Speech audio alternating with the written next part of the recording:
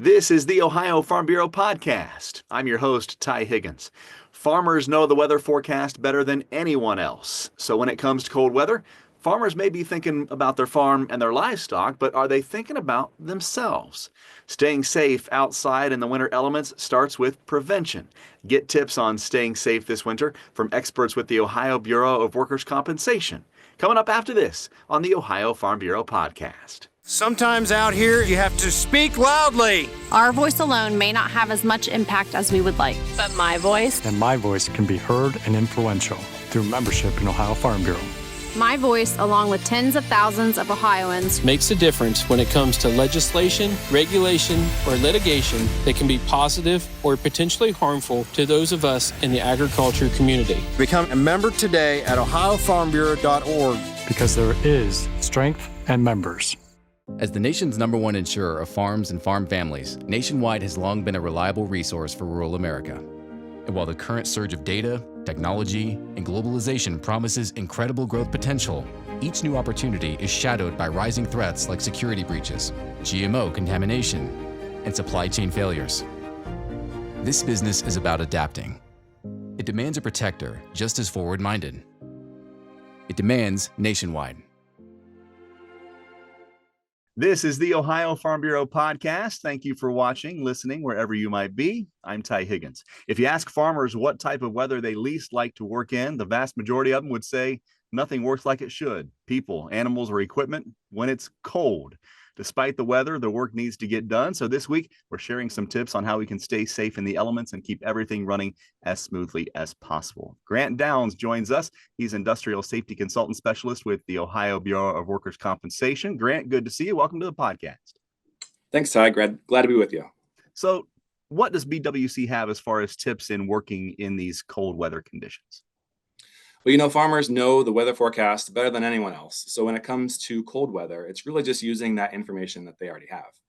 Staying safe outside in winter conditions starts with prevention. Have a good meal for energy while avoiding too much caffeine or alcohol, which can sap warmth. Dress in layers, starting with a sweat-wicking base, and then add wind-resistant outerwear. Farms are always windy. I don't know that I've ever been on a farm with no wind. So that top layer to deflect cold is essential. And then don't forget a hat or hood to retain body heat, and keep a change of clothes around to avoid staying in cold, wet gear. Our listeners often work long hours on the farm alone with no one around. So what risks does the BWC find in those types of situations? Yeah, it's almost routine that farm folks will eat breakfast, then disappear for hours on end around the farm until dinner when they magically reappear. And there's nothing necessarily wrong with this for basic tasks, but it's certainly better to work alongside someone if possible, especially for those higher risk chores. Now, sometimes that's not feasible, and that's okay, but make sure you've told anyone, your plans for the day and when to expect you back. We would tell our agribusinesses that they should have a risk assessment for tasks on the job, train those employees on how to do those tasks safely, and have an emergency action plan to be ready in case something goes wrong. Farmers at home can do the same thing, even if it's just a mental exercise and communication with family members.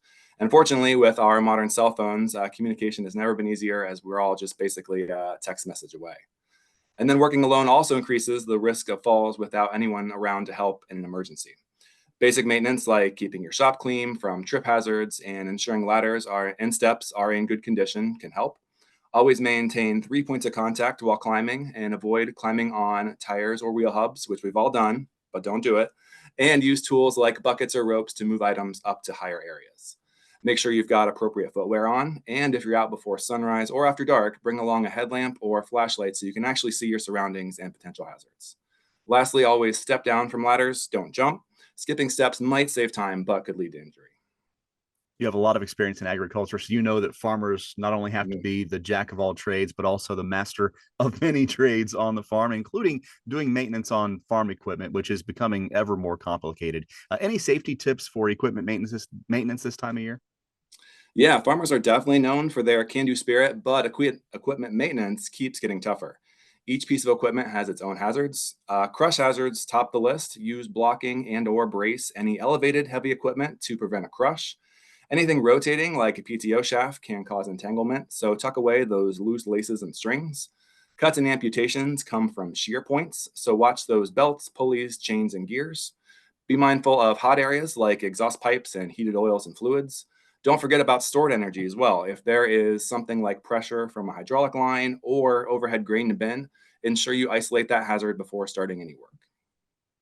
Of course, we are right in the smack dab of winter right now, and of course, the holiday season that can bring additional stressors that can affect mental health for many Americans. Do you see any trends among Ohio farmers in that space? Yeah, you don't need me to tell you that any type of farming is stressful, but the holidays plus winter months when folks are working alone can bring on even more stress than normal.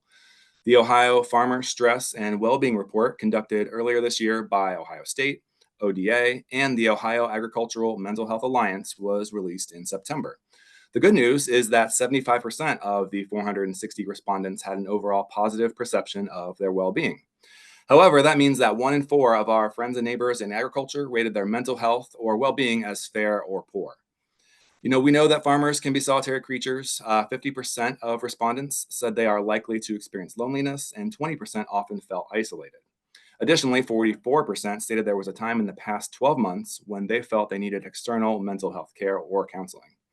So, what can we do with this information? Well, if you or someone you know needs immediate help, please call or text 988 or visit 988lifeline.org for free confidential support and access to additional mental health resources. Otherwise, just be kind and patient with your fellow family members and fellow farmers, as you never know what someone is going through or dealing with. This guy may look familiar. He's been in many circles in agriculture over the years and now industrial safety consultant specialist with the Ohio Bureau of Workers' Compensation. Grant Downs on the podcast. Before we wrap up, Grant, some final thoughts. Yeah, we're thankful for our Ohio farmers and very appreciative of everything they do for us. Ohio is the heart of workforce safety, and BWC is here to support you, keeping you and your workers and family members safe on the farm. Any farmer or employer with a BWC policy can schedule a safety consultation with one of our staff, and they'll identify strategies to reduce risk at your facility. Our services are already paid for through your BWC premium, so take advantage of them. You can request a consultation online at bwc.ohio.gov or by calling 1-800-644-6292. As always, BWC is here for you. So happy farming and stay safe out there. Great information. Thank you so much, Grant. Thank you, Ty. It's great to be with you.